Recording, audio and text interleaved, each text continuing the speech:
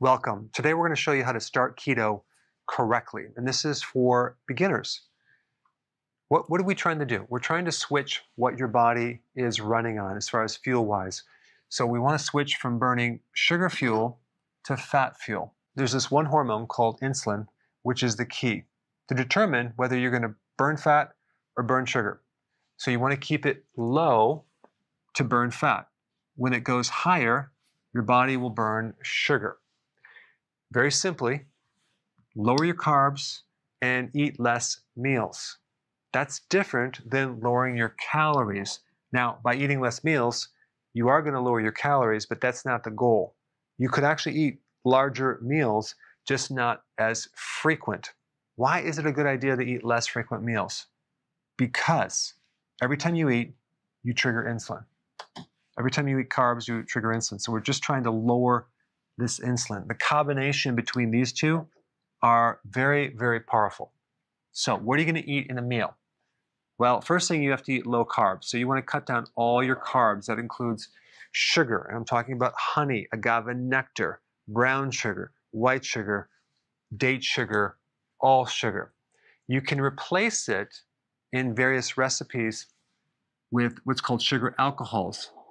I put some links down below of examples of that so you can learn about that, but there's these sweet alternative sugar sources that you can use. So that means that when you go buy food, you have to start reading the labels and looking at the sugar content. You want it as close to zero as possible.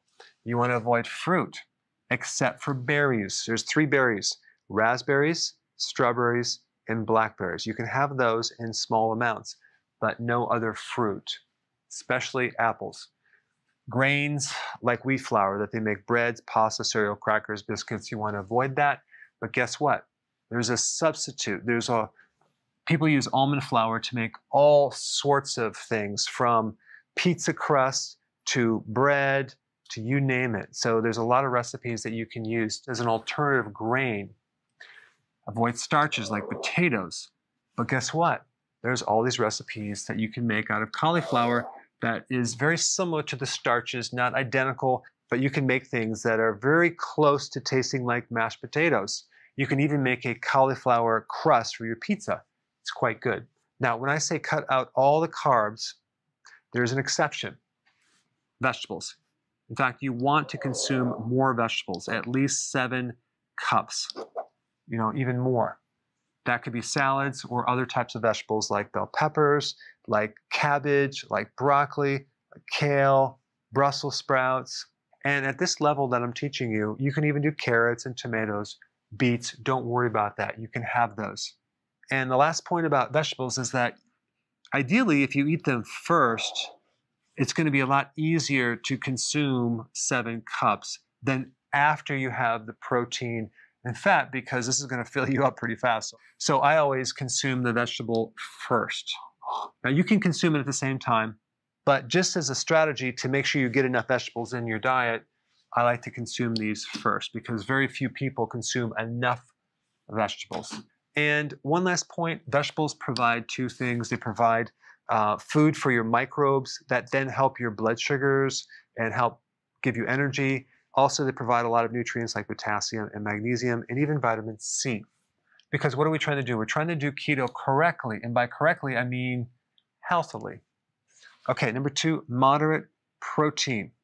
Not massive amounts like in the Atkins diet, but moderate amounts. That could be, depending on your size and your metabolism and your age, between 3 and 8 ounces. Maybe you're 18 years old and you work out hardcore. You're going to need maybe more protein. So rather than have a little scale and measure it, just consume protein the size of the palm of your hand. Maybe a little bit more, a little less, okay? Just to kind of keep it really simple at this level. What type of protein? Different types of meat, fish, chicken, seafood, eggs, cheese, unless you have an allergy or any type of severe gut issue, nuts or nut butters. Also make sure that if you buy peanut butter or whatever, you read the ingredients to make sure it doesn't have added sugar. You don't want to add sugar to any of these, because sometimes when you have like deli meats, they have dextrose in there or extra sugar. If you're having bacon, they have extra sugar added. You preferably keep the sugar away from your protein. All right, with the protein, as far as the order of when you eat it, you just ate your vegetable, your salad. Now you start with your protein. The key with the protein is not to consume lean protein or low-fat protein. Try to consume protein that has more fat. Why? Because that's going to help your insulin levels. When you consume protein that's very low fat and lean, as in like powders, especially like whey protein powder, you majorly increase insulin versus consuming fattier meat or fattier fish or like brie cheese, which has more fat. So that's a really key point about protein. All right, the third thing is that you're on a higher fat diet. Now, when we talk about higher fats, mainly we're talking about the calories. There's more than twice as many calories in fat than there is protein and carbs. So based on calories, it would be a higher fat diet. So I'm not going to say anything more to confuse you on that point. But realize that when you're consuming the protein, guess what? You're consuming a lot of the fat in your diet already because protein always comes with fat. But you may add some additional fats. Let's say some avocado, butter to cook your food in, or let's say you melt the butter on your vegetables, which is a good idea because the veggies have certain fat-soluble natural chemicals in there that are good for you, even antioxidants. They're called phytonutrients.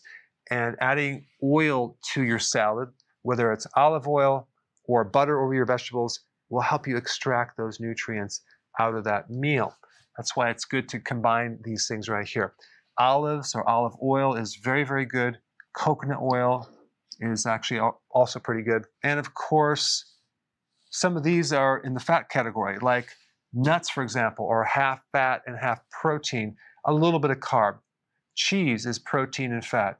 Eggs are protein and fat. So a lot of these are fat too. So both of these are kind of a combination.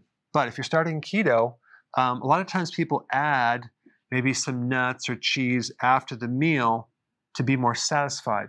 So that's something that they do. And so that's why I said eat this third. But of course, it could be within the meal. Now, there's certain fats you definitely want to avoid. Soy oil, corn oil, canola oil, cottonseed oil, even the safflower oil, the sunflower oil, I would be careful about consuming too much of those. These are GMO.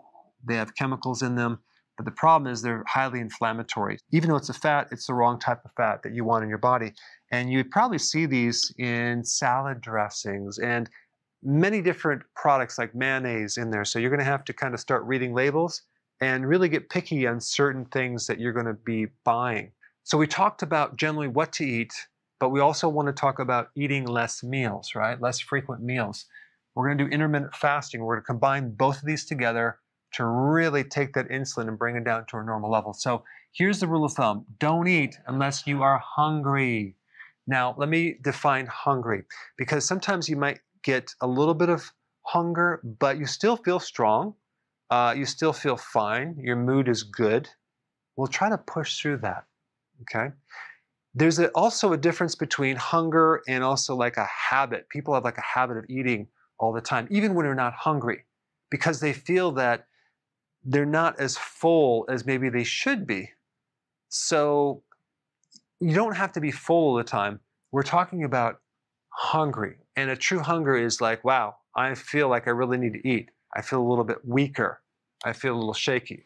I'm starting to notice I'm a little bit more irritable. Okay, that is what we're talking about, not some little temporary hunger. Number two, ideally, you want to skip the breakfast. You can do this on a gradual level where you keep pushing your breakfast later and later and later, or just cut it right out and just skip breakfast. Instead, have your coffee with a little butter in it, a tablespoon of butter, and or MCT oil, which will help you greatly in making ketones, which is very therapeutic to your brain, and it will satisfy you. So as you're trying to transition into the state of ketosis, which you're burning fat, because ketones are a byproduct of burning fat, if you add MCT oil, that will give you ketones right away, and it'll make the transition a little more comfortable, especially with your cognitive function. So this is a good idea. And if you did this coffee with these two fats, it's going to be very easy to skip breakfast. Also, I want to note that at about 8 a.m. in the morning is when you have this hormonal shift with cortisol might go up, and you may find a temporary, about a half hour, kind of a sense like I'm ready to eat something. It's the cortisol. It's a hormonal shift, and it can increase your appetite. Just ignore that and push through that. Okay? So we're skipping our breakfast at this point.